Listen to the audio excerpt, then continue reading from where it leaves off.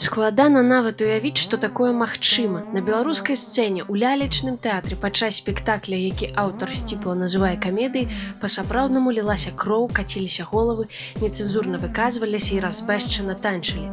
І ўсім гэтым бясчынствам гледачы пляскалі стоячы. Інтэрв'ю з ведзьмамі, аўтар п'есы і рэжысёр-пастаноўшчык Яўген Карнях.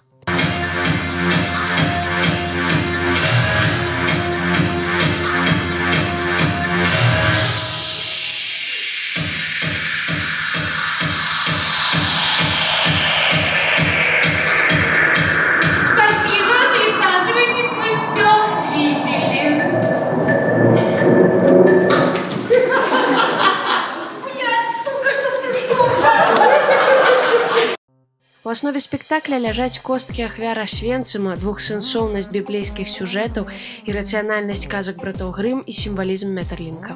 Правакацыі вар'яцтва ў імя перамогі чалавечнасці. Чырвонае святло, дым, відовішчная тэатральнасць як спосаб ажывіць гістарычную памяць 3 тысячагоддзяў. Галоўныя гераіні амаральныя, жорсткія, сексуальныя і ранімыя.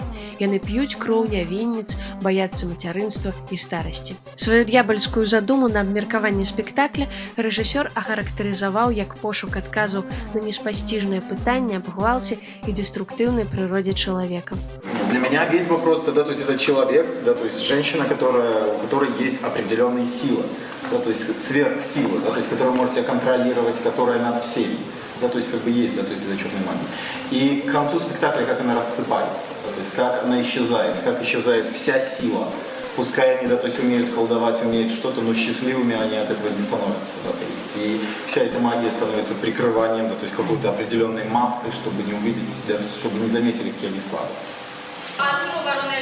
Но только маленький мальчик нагнулся к сундуку.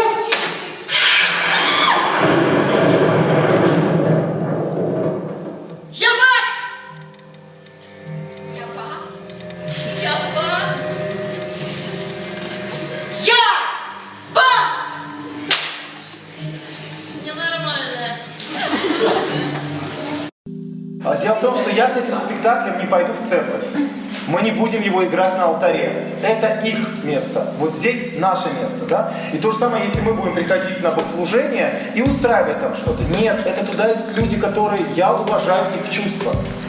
Но я не понимаю, когда приходят эти радикалисты, подбрасывающие головы, да, то есть под театр, да, то есть МХАТ, свиные, да, то есть отрезанные. Я не понимаю, когда они идут на спектакль и останавливают это. Да, то есть почему важны чувства верующих, а вот чувства любящих искусства, почему их чувства не важны?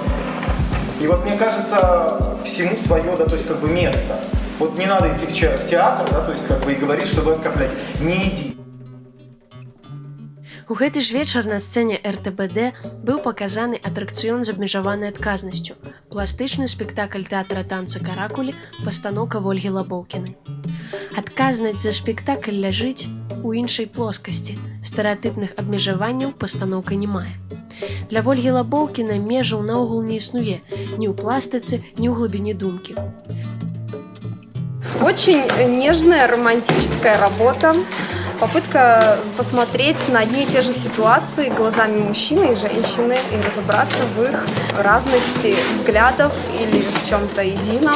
Мне кажется, что взаимоотношения – это бесконечный процесс, бесконечная работа, возможно. И аллегорией к этому являлись розовые коробки, как ожидание все время сюрпризов и приятностей. Но все не так просто. І ніхто не застрахован ад всякіх неожиданностей. У кончыках пальцаў і перапляценні ламаных ліній на сцэне перажывалася палкая закаханасць, непераадоленая цяга і празаічнае расстанне. З-пад груды падарункаў лёсу нараджаліся пачуцці галоўных героях, у іх жа у канчатковым рахунку яны і былі пахаваны. Пачуццёвая, эстэтычная і неверагодна шчымлівая пластычная ода каханню, якое ў канчатковым рахунку непазбежна звяртаецца ў вельмі жорсткі атракцыён. Мне очень приятно, что мы сегодня танцевали именно эту работу. Она такая очень позитивная, она заставляет улыбаться как и внутри, так и, мне кажется, с обратной стороны. У нее такая какая-то созидательная энергия, мне кажется. Она такая розовая, вся воздушная, лиричная. Как-то так.